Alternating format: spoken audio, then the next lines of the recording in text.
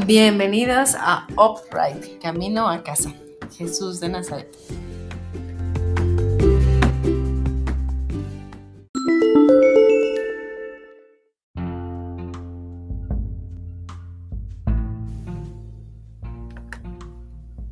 Capítulo 4 del Evangelio según Juan. Biblia textual, edición 4. Cuando Jesús supo que los fariseos oyeron decir: Jesús hace y bautiza más discípulos que Juan, aunque Jesús mismo no bautizaba, sino sus discípulos, dejó Judea y se fue de nuevo a Galilea. Pero le era necesario pasar por Samaria. Llega pues a una ciudad de Samaria llamada Sicar, cerca del campo que Jacob dio a su hijo José, y ahí estaba el pozo de Jacob. Y Jesús, cansado de la jornada, se sentó precisamente junto al pozo. Era como la hora sexta. Llega una mujer de Samaria a sacar agua. Jesús le dice: «Dame de beber», pues sus discípulos se habían ido a la ciudad a comprar alimentos. Le dice entonces la mujer samaritana: «¿Cómo tú, siendo judío, me pides de beber a mí, que soy mujer samaritana?», porque los judíos no se trataban con los samaritanos. Respondió Jesús y le dijo: «Si conocieras el don de Dios y quién es el que te dice, dame de beber, tú le pedirías y él te daría agua viva». Le dice el Señor. Le dice: «Señor, ni vasijas tienes y el pozo es muy hondo. ¿De dónde, pues, tú tienes agua viva?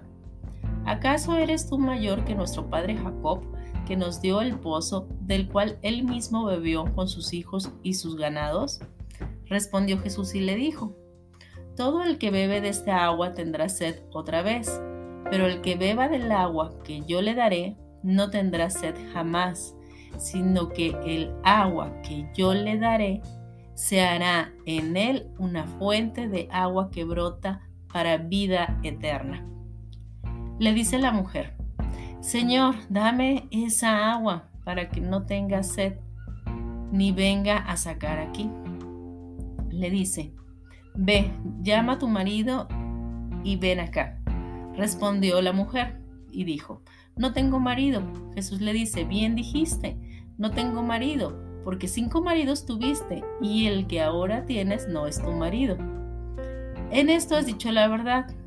Le dice la mujer: «Señor, veo que tú eres profeta. Nuestros padres adoraban en este monte, y vosotros decís que en Jerusalén está el lugar donde es necesario adorar». Jesús le dice: «Mujer, créeme que viene una hora cuando ni en este monte ni en Jerusalén adoraráis al Padre. Vosotros adoraráis lo que no conocéis, nosotros adoramos lo que conocemos, porque la salvación viene de los judíos. Pero viene una hora, y ahora es, cuando los verdaderos adoradores adorarán al Padre en espíritu y verdad, porque también el Padre quiere que lo adoren tales adoradores. Dios es espíritu, y los que adoran deben adorar en espíritu y en verdad». Le dice la mujer: «Sé que viene un Mesías, el llamado Cristo. Cuando Él venga nos declarará todas las cosas». Jesús le dice: «Yo soy el que habla contigo».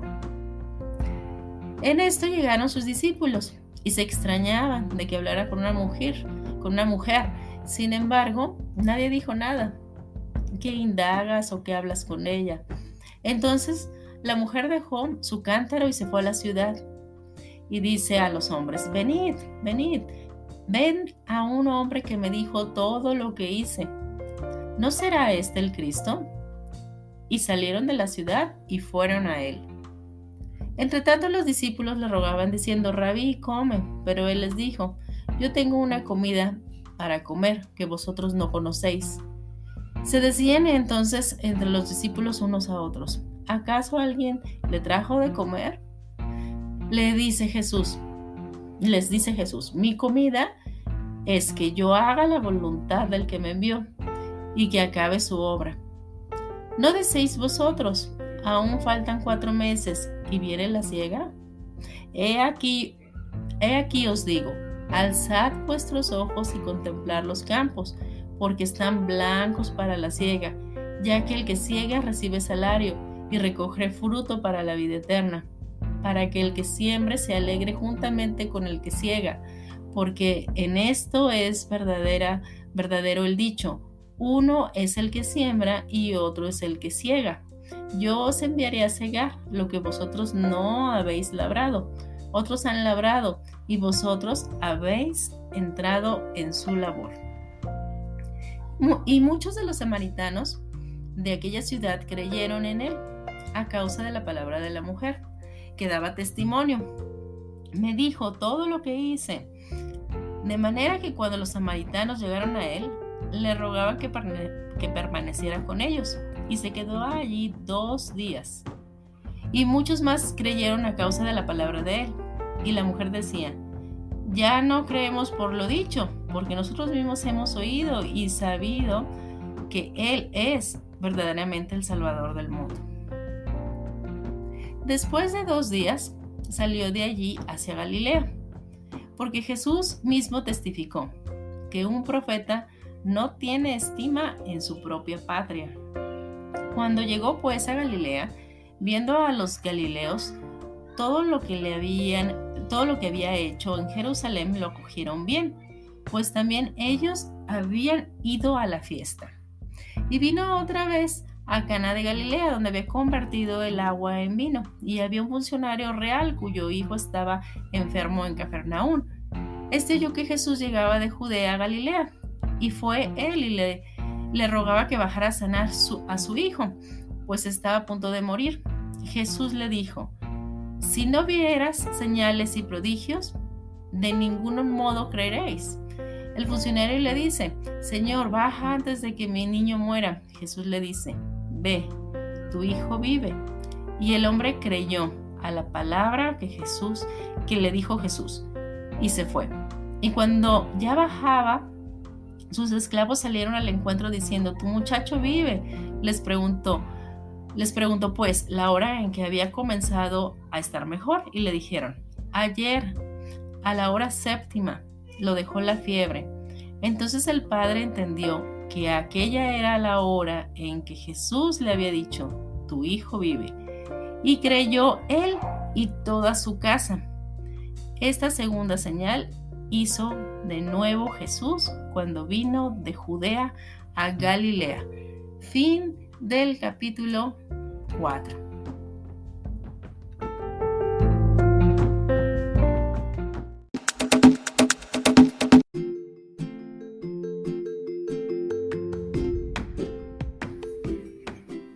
Comenzamos los comentarios.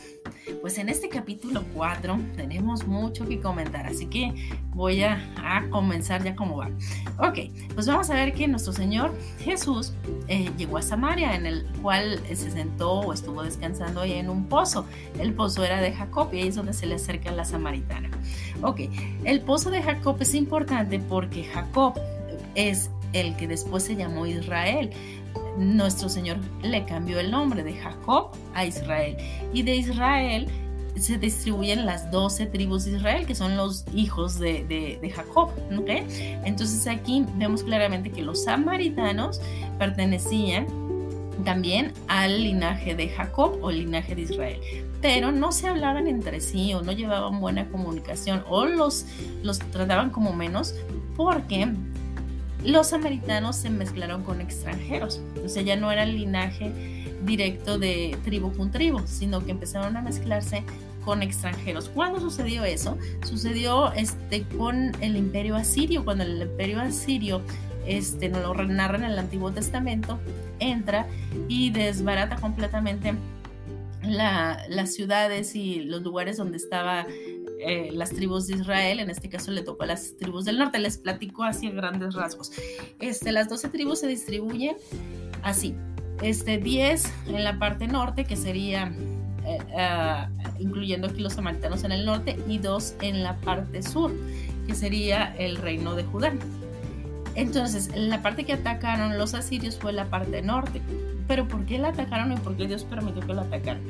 Simple y sencillo, porque le dieron la espalda a Dios y los dejó a manos de sus mercenarios. ¿Cómo le dieron la espalda? Creyendo y haciendo adoración a otros dioses, a otras costumbres, a otros dioses con D minúscula, porque se empeñaban en adorar a otros falsos dioses y no al Dios verdadero. Entonces esto causó que Dios retirara su protección sobre ellos y llegara directamente a el imperio sirio a destruirlos y a dispersarlos por toda la región. Entonces estos samaritanos pertenecían a eso, era una mezcla entre serían medio judíos, o sea, entre una parte que sí pertenecía a las tribus de Israel y otra parte que ya no pertenecía porque se habían mezclado con los extranjeros. Y al mezclarse con esos extranjeros, pues lógicamente adoptaban las costumbres de los extranjeros, que era igualmente adorar a falsos dioses. Entonces, con esto vamos a entender muy bien el diálogo que hay entre Jesús y la samaritana. Ok, entonces vamos a desglosar este diálogo. La samaritana directamente le dice: ¿cómo tú, siendo judío, me pides a mí de beber, que soy una mujer samaritana? Entonces ahí directamente ella está reconociendo que no se hablan los judíos y los samaritanos, y ahí está esa separación entre ellos.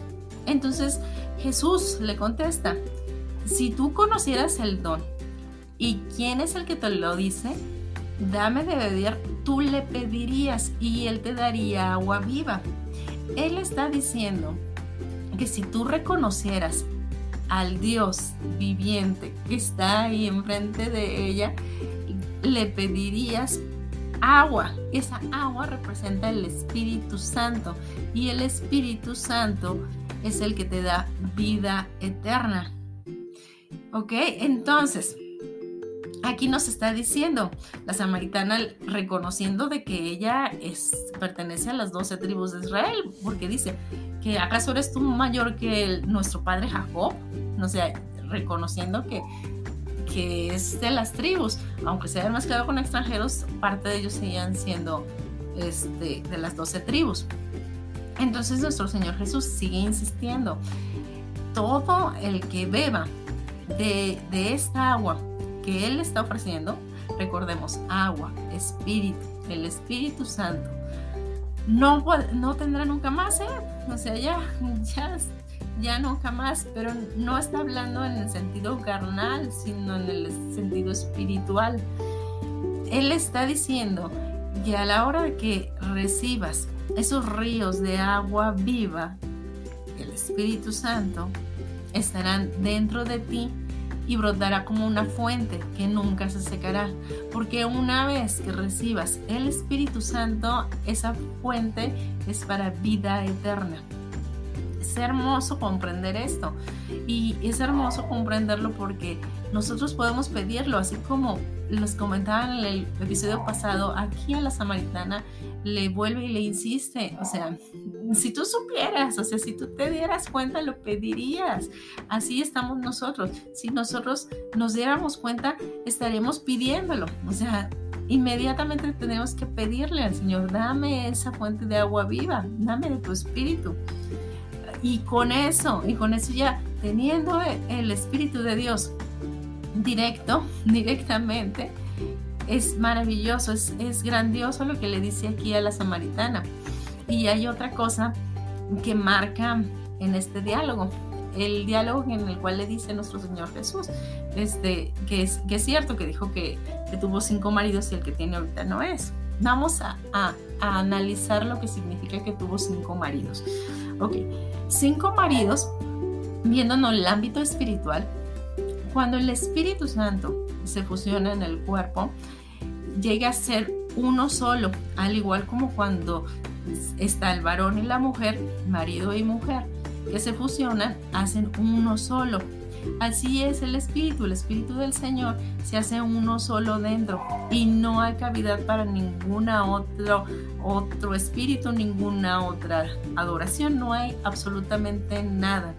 Entonces aquí los 5 maridos de esta mujer estaban representando a los 5 falsas deidades o 5 falsos amores o 5 falsos dioses con D minúscula que ella pudo haber adquirido en la fusión de sus costumbres con los extranjeros, porque recordamos que los extranjeros siempre tenían un montón de dioses, que el dios para esto, que el dios del agua, que el dios de la tierra, que el dios del sol, que el dios de... Para todos se inventaban un dios, siempre tenían un dios. Y los judíos siempre fueron muy celosos en eso. Los judíos siempre era el único y absoluto Dios. Ellos lo reconocían uno solo. Los extranjeros no, los extranjeros tenían un montón. Si se fijan, eso es hasta el día de hoy. O sea, no, los tiempos pasan y todo es igual, aunque piensen que es un solo Dios, empiezan a adorar muchísimos santos, que el santo pues hay un montón, creo que para cada cosa que necesitas hay un santo, que es santo para casarte, que es santo para tener dinero, que es santo para tener salud.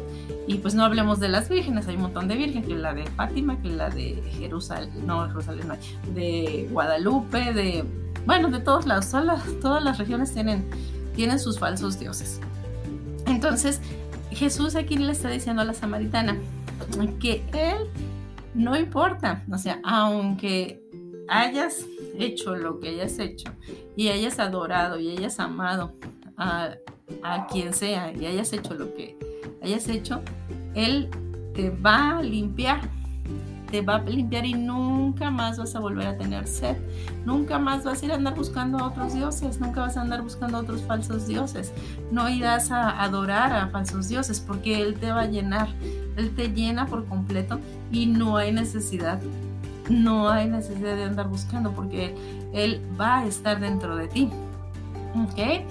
Hay otra cosa muy importante también aquí, que ella le dice, pues vosotros decís que se adora en Jerusalén, pero nosotros adoramos en este monte. Aquí son palabras claves, porque nuestro Señor Jesús le dice, ya va a llegar el tiempo y es ahora en que ya no se va a adorar ni en el monte ni en Jerusalén.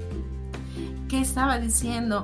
Que ya no va a haber ahí los templos de piedra, ya no van a existir ni aquí ni allá, ya no se va a ver, porque ya no se va a necesitar un templo, porque Dios va a morar dentro de cada uno de sus hijos.